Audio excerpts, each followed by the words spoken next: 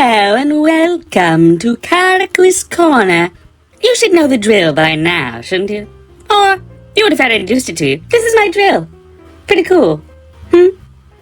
Anyway, let's get right into the questions. Our first question today comes from DualShock01 for Bravo. Did you know that you sound quite similar to a certain radio demon? Bravo. Your response? Oh my god, I've been getting that shit since the pilot dropped! Look, just because I have a voice reminiscent of a 30s radio announcer and a wondrous smile doesn't mean I'm anything like that crimson calamity of a demon. Jeez, come at me with something original for once, you bunch of hacks!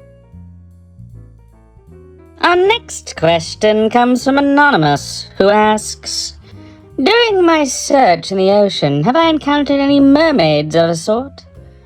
Why, yes, I have.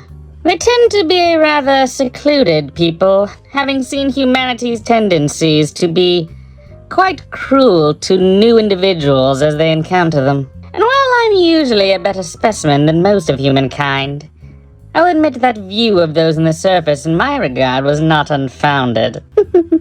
My conquest was far from a merciful one. If anything got in my way, it didn't survive. And rest assured, many merfolk got in the way.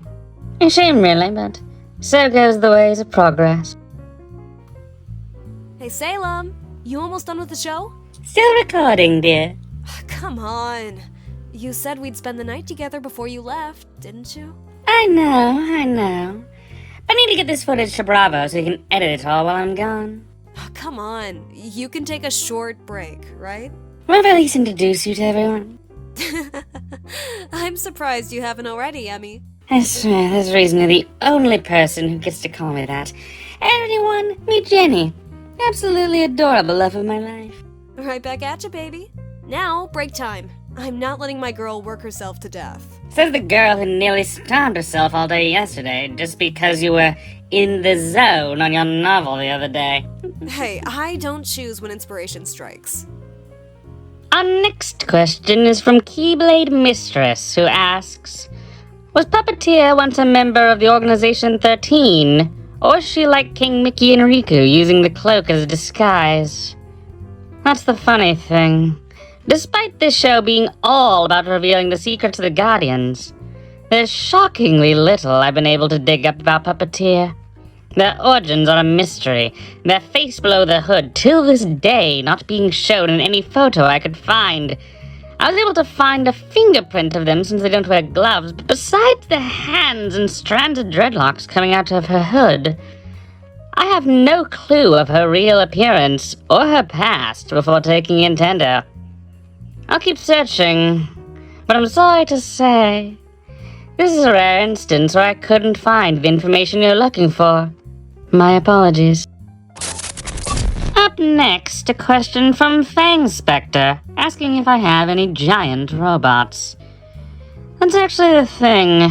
Many scientists try to build bigger for the sake of their egos. But I'm a mite smarter in that regard.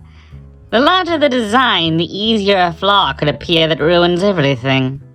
Besides, real genius design comes from how much can be packed into the smallest space. So the impracticality of such a size only really shows the inferiority of its designer. I am far smarter than the likes of that. Oh, and that reminds me. Bravo? Yes, Doc? Let our Spectre friend out of the containment unit. We have no more use for him. Aw, but Doc, I'm getting such good data! This spirit energy stuff is fascinating! Not to mention the unique information I've been getting off studying away with souls such as this. You've already done the full scans on him, right? Of course. Then can't you study the footage you have and the past data? Perhaps. But it's not as useful as a live captured specimen. Look, Jenny's been complaining about all that moaning and spooky noises in this place since he got here. I'd rather make her happy by just getting rid of it. Please make it happen. Aw. Yes, ma'am. For our penultimate question, the Nexus's Ring asks, as much as I favor another evil doctor to the next, what is your reasoning for going evil in the first place? Well, the answer is simple. My goals and dreams are not ones that are possible while only remaining moral. I have ambitions and goals in my life that, let's just say, in order to achieve them, villainous acts will be required. And well, if I have to be the bad guy anyway, why not embrace it wholeheartedly, right? Our final question today comes from Black97, who asks, you know what, I'm not repeating all of this, especially in its tone designed deliberately to mock me. I'll just get to the crux of the question. How did I lose my arm, eye, and ears? And let me just say, that is a funny yet short story, one I've been dying to tell for quite some time. You see, here's the thing that I've come to realize with the human body. It's such a fragile thing. When damaged, it can take days, not months, to fix. Yet it's so easily cut open that mere paper can do so. It's weak, but also stagnant. But metal is strong. Metal can be easily replaced when broken, yet it's also much more difficult to break. It's upgradable. With new potential, you can add on to it with whatever you so wish. As such, I purposefully replaced select parts of myself just so I could reap the benefits. This metal contraption protruding from my shoulder is far superior to any human appendage in history. This eye sees farther and more than any human eye possibly can. And these ears not only extend my hearing on land massively, but filter the seawater around me to hear properly in the deep, and even act as gills to absorb oxygen from the water. These upgrades are my design.